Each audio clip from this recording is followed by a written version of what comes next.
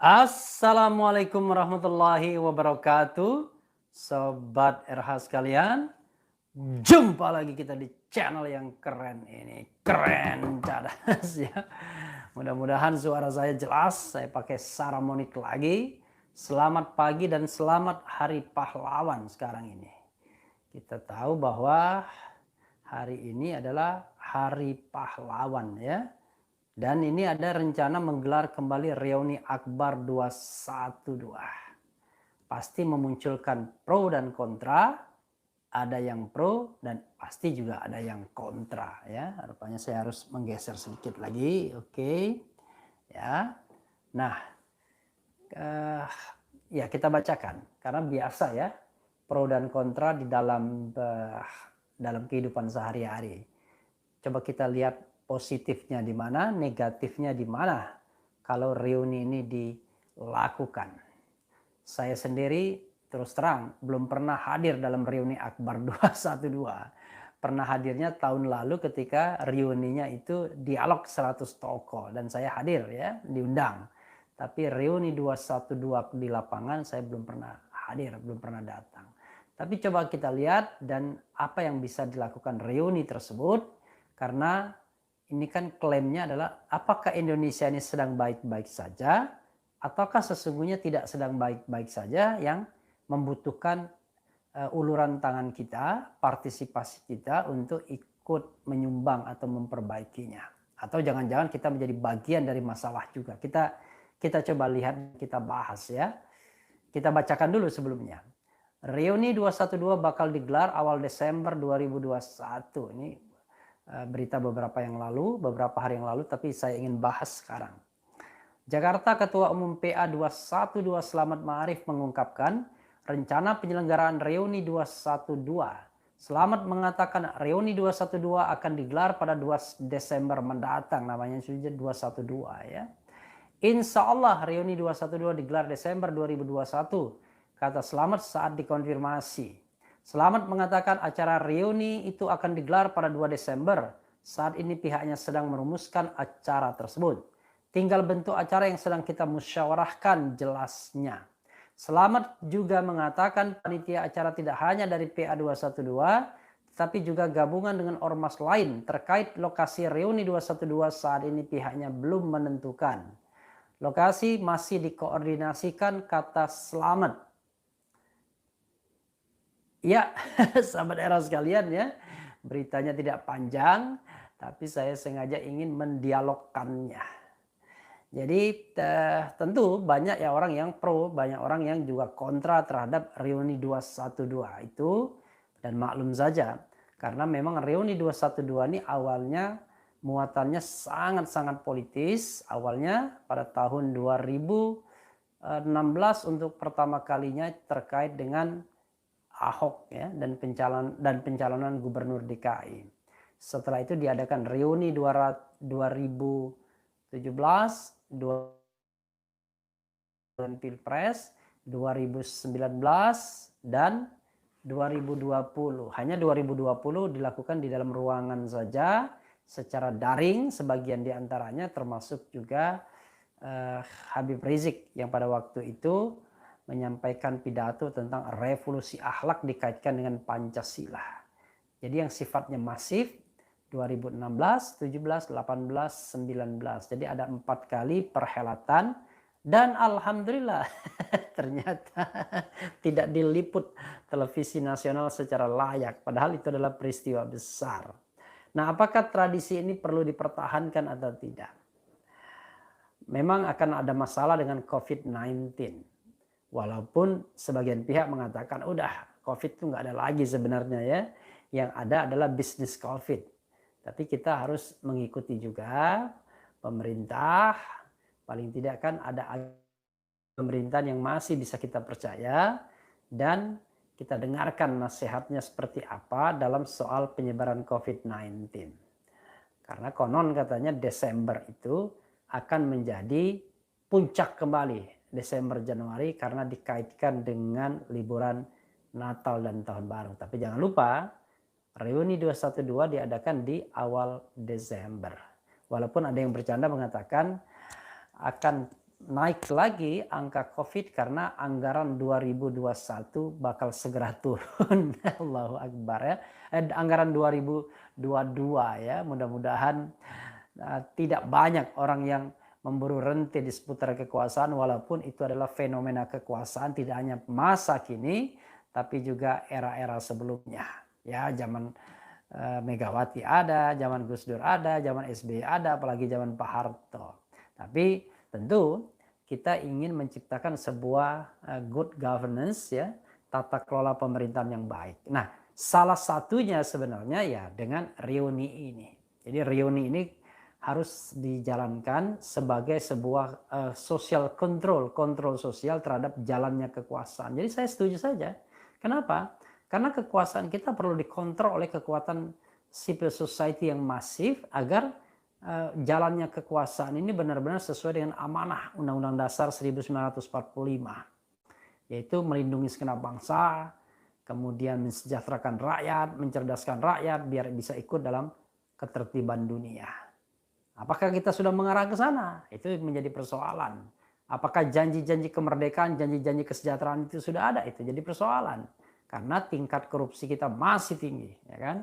Tingkat korupsi kita itu nilai IPK kita, indeks persepsi korupsi kita masih 37. 37 itu berarti tergolong negara korup kita. Nah, padahal harusnya kita bisa beranjak di atas 50 agar kita lepas dari korupsi, walaupun bukan berarti lepas 100%. Karena tidak ada di negara dunia ini yang 100% bebas dari korupsi. Tapi paling tidak korupsi bisa kita kikis sekuat-kuatnya, sehabis-habisnya. Nah, masalahnya, paradoksnya adalah masa pemerintahan Presiden Jokowi yang dipilih langsung oleh rakyat 2 kali tidak menunjukkan bahwa tren korupsi itu menurun secara signifikan. Justru sebaliknya, perburuan rente di seputar kekuasaan itu makin menggeliat, makin bebas dan dibiarkan saja oleh Presiden. Karena Presiden barangkali tak berdaya pula untuk memperingatkan secara mereka-mereka yang terlibat adalah mereka-mereka yang mendudukkan dia di singgasana kekuasaan atau ikut dalam tim pemenangan. Itu soalnya, Sobat Era sekalian. Oke, itu satu soal. Soal lain yang saya pikirkan juga mengenai reuni 212 ini adalah soal festival Islam terbesar di dunia. Terlepas dari orang tidak suka, ya, kita tidak bisa menganggap semua orang suka dengan hal seperti ini. Tapi sebenarnya bisa ada peluang untuk menjadikan reuni 212 sebagai festival Islam terbesar di dunia. Ya tentu pembicaraan ini pasca COVID. Bayangkan ya, kalau pemerintahannya mesra dengan kekuatan-kekuatan Islam yang menyelenggarakan festival ini. Sekarang ini ya kebetulan kekuatan Islam yang menyelenggarakan festival atau reuni 212 itu adalah kekuatan yang tidak disukai oleh pemerintah dan para buzzernya. Dan mereka sendiri mempersepsi diri sebagai oposisi. Padahal kalau kita bicara tentang demokrasi, oposisi itu adalah vitamin demokrasi. Tapi alih-alih dijadikan vitamin malah dijadikan musuh. Kalau vitamin itu kan dijadikan teman. Ya, vitamin itu kalau kurang kita bisa sakit, ya. Kalau kelebihannya dibuang saja. Jadi kalau orang mengkritik itu nggak apa-apa. Kalau memang too much, ya kita cari yang benarnya saja. Kalau tidak, ya tidak usah kita gubris. Jadi jangan terlalu khawatir dengan kritik sesungguhnya. Bayangkan kalau kita punya festival Islam terbesar di dunia, ya. Misalnya kehadiran itu benar-benar lebih dari 3 juta, wah itu sudah bisa mengalahkan pertemuan di Padang Arafah. Pertemuan umat muslim sedunia kan di Padang Arafah sebelum COVID-19 itu kira-kira 3 juta. Ya, karena dibatasi. Kalau tidak dibatasi pasti lebih dari itu. Kalau kemudian festival ini bisa menghadirkan lebih daripada itu dengan pertunjukan seni, budaya, Islam dan lain sebagainya, termasuk juga misalnya hal-hal yang berbau Islam, peradaban, kemudian sistem politik, ekonomi, sosial, budaya yang menyumbang bagi republik ini. Dan jangan lupa Islam adalah kekuatan yang menyumbang bagi character building republik ini. Maka kemudian kita punya sarana untuk mempromosikan negara ini secara baik, ya, sebagai a friendly Muslim country in the world, ya kan, atau a friendly largest Muslim population in the world misalnya. Nah, peluang ini sebenarnya ada kalau seandainya kekuasaan ini punya gesture yang bisa cocok dengan mereka yang mengkampanyekan atau menyelenggarakan 212 atau reuni 212 ini. Nah, sekarang ini nggak cocok, itu susahnya. Jadi apa-apa kegiatan yang dilakukan oleh misalnya PA 212 pasti tidak disetujui oleh pemerintah dan para buzzernya. Padahal kita harusnya bisa membedakan. Tidak boleh kita melakukan kompetisi politik setiap saat. Ada saatnya kita off dari kompetisi politik dan kita bicara dengan a single language. Jadi bahasa yang satu, yaitu bahasa kemanusiaan, misalnya humanisme. Banyak soal-soal yang merupakan PR bagi Republik ini yang belum diselesaikan dan mungkin tidak akan diselesaikan oleh pemerintahan Presiden Jokowi. Intinya adalah apakah kita sudah pada track yang benar untuk menuju masyarakat adil dan makmur, ataukah itu hanya sekedar klaim-klaim saja oleh para buzzer, para pendukung kekuasaan, dan sesungguhnya kita jauh dari arah yang ditetapkan konstitusi itu. Kesejahteraan hanya bagi para segelintir orang, yang kaya makin kaya, jadi yang kaya itu tidak bertambah jumlahnya tapi bertambah kekayaannya saja. Sementara penduduk miskin itu masih banyak tergantung standarnya. Bahkan kata Antoni Budiawan, bahkan ada yang standar hidupnya itu di bawah masyarakat Ethiopia. Kita tahu bahwa Ethiopia adalah negara miskin di Afrika ya. Jadi ada 7.000 dan itu merupakan PR bagi kita semua tentunya. Sobat RH, coba kita lihat ya bagaimana komentar Sobat RH terkait dengan ini. Yang perlu saya bacakan, yang buzzer saya bacakan juga. Oke. Biar kita nanti menemukan sebuah titik temu. Jangan sampai kita berkelahi terus untuk hal-hal yang tidak produktif. Jadi jadikan potensi dan kekuatan bangsa itu untuk memajukan bangsa. Untuk memberantas korupsi, memberantas oligarki. Bukan untuk memelihara orang-orang culas dalam kekuasaan atau di seputar. Oke. Dari Hyperkiss, saya pengen ada reuni 212 ditambah adanya acara festival adat dan budaya Indonesia. Good point. Kemudian tambahan lagi, ayo bersikap satu suara. Maksudnya apa? Nah ini cocok. Wiwi Purwadi, saya senang. Pecatan, sakit hati. Ya, inilah. Jadi pendukung pemerintahan yang miskin narasi.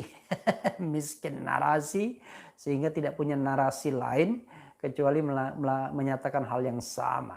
Ya. Insya Allah tidak akan mengubah apapun. Ya. Oke. Rapat raksasa melalui 212 harus diadakan untuk menghadapi ancaman para pengkhianat bangsa. Oke. Wah, ada juga yang bilang Muhammad Bonsai, hidup Habib Rizik Syihab, Allahu Akbar. Ya, memang festival ini tentu tidak boleh membuat kultus individu jadinya ya. Harus diarahkan kepada kemaslahatan umat Islam Indonesia dan bila perlu dunia. Jadi tidak kultus individu. Ya tentu ya, barangkali tetap ada tuntutan-tuntutan keadilan, tapi keadilan bagi semuanya. Keadilan bagi Habib Rizik dan juga orang-orang yang diperlakukan tidak adil oleh penguasa atau pemerintahan, baik pemerintahan Presiden Jokowi maupun pemerintahan sebelumnya. Karena masih banyak pending cases-nya ya, seperti Novel Baswedan, Munir, kalau mau jauh lagi Marsina, mau jauh lagi Tanjung Priok dan lain sebagainya. Semoga yang menghina Islam diazab Allah Subhanahu wa taala. Amin ya rabbal alamin. Kita aminkan saja ya.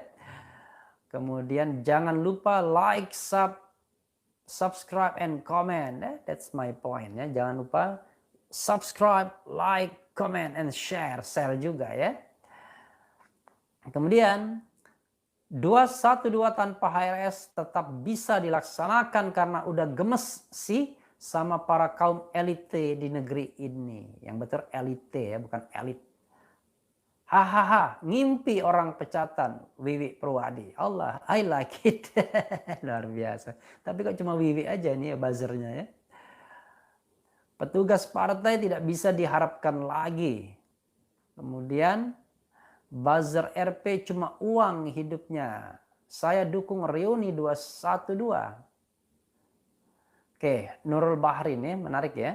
Apa yang salah sama bangsa kita? Katanya beragam-ragam tapi membuat lukisan atau komik. Kata Putin menghina Islam berarti menghina Rusia. Luar biasa ya.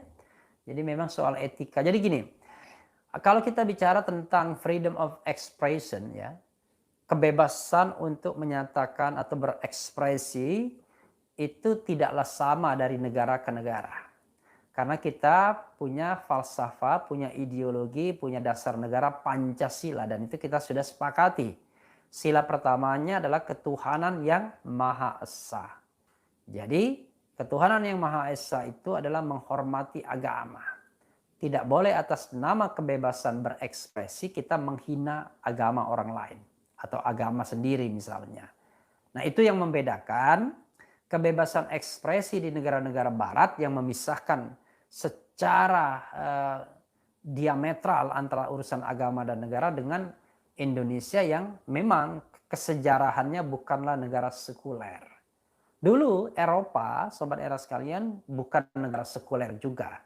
Bahkan gereja itu memegang tampuk pemerintahan, tidak hanya kekuasaan akhirat tapi kekuasaan duniawi. Tapi mereka berproses dan akhirnya terjadi pemisahan. Sama seperti juga yang dilakukan oleh Atatürk ya, Kemal Pasha. Itu juga begitu. Tapi Indonesia tidak dibangun oleh sekularisme, tapi dibangun oleh semangat keagamaan. Atas berkat rahmat Allah yang Maha Kuasa dan dengan didorongkan oleh keinginan yang luhur. Jadi rahmat Allah dulu yang membuat kemerdekaan ini terjadi. Itu pengakuan dari the founding parents kita. Jadi sobat era sekalian, reuni ini mudah-mudahan terus-menerus bisa diadakan dan membawa kebaikan. Tetapi tentu ketika COVID-19 tetap dilakukan dengan protokol kesehatan yang ketat ya, jangan yang tidak ketat. Kemudian,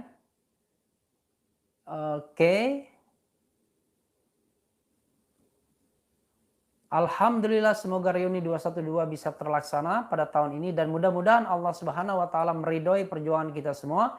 Allahu Akbar, Allahu Akbar, Allahu Akbar. Jadi perjuangan itu adalah perjuangan untuk kebaikan. Kebaikan untuk sesama, kebaikan untuk negara ya, bukan hanya kebaikan untuk umat Islam sendiri. Tentu termasuk di dalamnya. Jadi kalau kita bicara tentang perjuangan untuk kebaikan Indonesia, itu di dalamnya sudah termasuk umat Islam yang merupakan porsi terbesar dari bangsa ini ya. Kemudian siap nyimak Bung RH, kangen berat reuni 212, Allahu Akbar, Allahu Akbar ya. Oke, jadi sobat era sekalian ya, mudah-mudahan kita akan mendapatkan kekuasaan besok-besok yang tadi friendly dengan kekuatan atau kelompok Islam di Indonesia ini. Menjadikan kelompok atau kekuatan Islam sebagai daya mendorong perbaikan-perbaikan di Republik ini. Nah, ini yang kita butuhkan, sebuah kekuatan besar untuk memaksimalkan potensi kita sehingga kita bisa lepas dari segala krisis dan membuat negara ini menjadi negeri impian.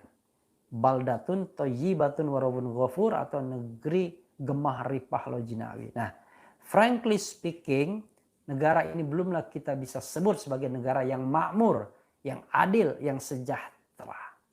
Tapi masih negara yang berjanji untuk mensejahterakan rakyatnya, berjanji untuk melindungi rakyatnya, dan berjanji untuk mencerdaskan rakyatnya. Kalau ibarat perjalanan itu masih kilometer awal, belum kilometer tengah apalagi sampai akhir. Ya itu saja saudara sekalian ya. Mudah-mudahan nanti reuninya tetap bisa terlaksana, tetap dengan protokol kesehatan, dengan mematuhi regulasi dan pemerintah tidak bersikap menjadi penghalang. Apalagi sudah ada suara-suara mengatakan si X tunjuk jadi KSAD biar biasa bubarkan reuni 212 Allahu Akbar. TNI itu harus bersahabat dengan rakyat, bukan menjadi musuh rakyat.